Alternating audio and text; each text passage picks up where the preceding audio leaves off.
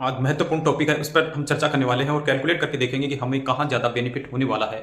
हमारा टॉपिक है आज कि 50 लाख की एक दुकान खरीद कर उसको रेंट पे दे दें या 50 लाख लमसम कर दें या उसका SWP कर ले, क्या कर ले जहां पर हम सबसे ज़्यादा बेनिफिट हो सकता है। आज इसी टॉपिक पे हम चर्चा करने वाले हैं। कैलकुलेशन है, मैं किसी को ये सजेस्ट नहीं कर रहा हूँ कि आप दुकान ही खरीदिए म्यूचुअल फंड में लगाए। हम कैलकुलेट करके देखेंगे हमें कहाँ ज़्यादा बेनिफिट है, उस हिसाब का कैलकुलेट करने वाले हैं। अगर आपको वीडियो अच्छा लगे तो लाइक शेयर जरूर करना, चैनल को सब्सक्राइब भी करना। तो बात करते हैं कि 50 लाख की दुकान खरीदे या म्यूचुअल फंड में लगाएं, कहाँ हमें ज़्यादा बेनिफिट होने वाला है। हम सिर्फ बेनिफिट के पर्पज से बात करने वाले हैं कि कहाँ हमें ज़्यादा बेनिफिट या हमारी वेल्थ बनेगी। मान लीजिए हमारा पॉइंट है कि 50 लाख की एक दुकान खरीद लेते हैं या 50 लाख का लमसम करके उसका SWP कर लेते हैं सिस्टमेटिक विड्रॉ प्लान के तहत। तो कहां, तो मान लीजिए आपने 50 लाख की दुकान खरीद ली है, 50 लाख की दुकान आपने खरीद ली है और 50 लाख की दुकान खरीदकर आपको वहां से जो रेंट है, मान लीजिए आपको रेंट खरीद ली है, या तो आप खुद बिजनेस करने के लिए खरीद सकते हैं या उसको रेंट पर भी दे सकते हैं। और रेंट मान लीजिए आपको 30,000 रुपये आपको पर मंथ मान लीजिए रेंट मिलता है या किराया मिलता है।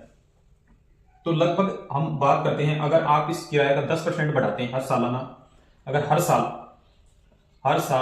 30,000 रुपए का 30,000 का 10% भी बढ़ाते हैं, मान लीजिए हर सालाना बढ़ाते हैं, तो 5 साल की बात करते हैं हम, तो 5 साल में ये किराया बढ़कर हो जाएगा आपका कि 30% और 10% 3,000 रुपये होता है। तो 5 साल का ऐसे समझ लेते हैं हम कि सालाना किराया आपने 3,000 रुपये बढ़ाया है, 3,000 रुपये अपना किराया बढ़ रहा है सालाना 3,000 रुपये 10% के हिसाब से बढ़ता है। तो 5 साल का जो किराया, 5 साल के बाद में हमारी दुकान का जो किराया है वो लगभग हो जाएगा 5 या 15,000 रुपये ये और प्लस 30,000 वो, ऐसे करके टोटल पैसा हो जाएगा 45,000 रुपये।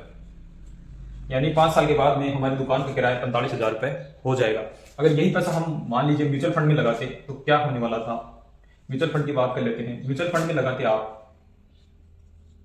म्यूचुअल फंड में, तो यहाँ से आप दो काम कर सकते थे। 50 लाख का यहाँ से SWP भी कर सकते थे आप, और 50 लाख यहाँ से भी आप 30,000 रुपए एक सैलरी के रूप में या तनख्वाह के रूप में आप ले सकते थे।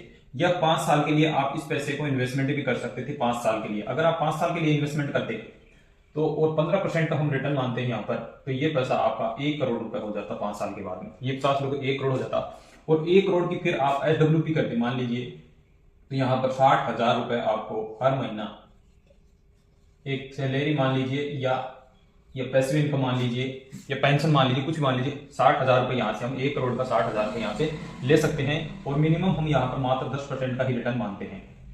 अगर 10% का रिटर्न के हाइब्रिड फंड में इन्वेस्टमेंट करते हैं और 10% का रिटर्न भी मानते हैं, तो 60,000 रुपये हम यहाँ से आराम से ले सकते हैं। अगर ये पैसा लगातार आप कंटिन्यू 20 साल तक लेते हैं, तो आप यहाँ से 1 करोड़ और 44 लाख रुपए तो विड्रॉ कर चुके हैं। और 20 साल के बाद में मान लीजिए आप ऊपर से धार गए, और तो आपने यहाँ पर शेष जो पोर्टफोलियो है 2 करोड़ 70 लाख रुपए अभी और घर वालों के लिए आप छोड़कर जा सकते हैं। यानी 50 लाख की दुकान आप आज आपके जाने के बाद में भी लगभग 2 करोड़ और 70 लाख की हो चुकी है। यहाँ कितना कैलकुलेट होगा अब लगा नहीं सकते कि मार्केट में आपकी दुकान मान लीजिए 20 साल में 2 करोड़ की है, 4 करोड़ की, 5-10 की, जो भी हो सकती है, पता नहीं इस चीज का, पर आप इस प्रकार से कर सकते हैं। तो ये कैलकुलेट हम देख के कर सकते हैं और अंदाजा लगा सकते हैं कि हमारे पास आने वाले फ्यूचर में कितनी वेल्थ हो सकती है। किराए की दुकान का भी बढ़ने वाला है, वो साथ ही साथ वेल्थ भी बढ़ने वाली है, तो इसका भी बढ़ेगा। पर ये हम कंफर्म नहीं कर सकते कि कितना बढ़ेगा, कि ये कितने करोड़ की ये दुकान आने वाले टाइम में होने वाली है।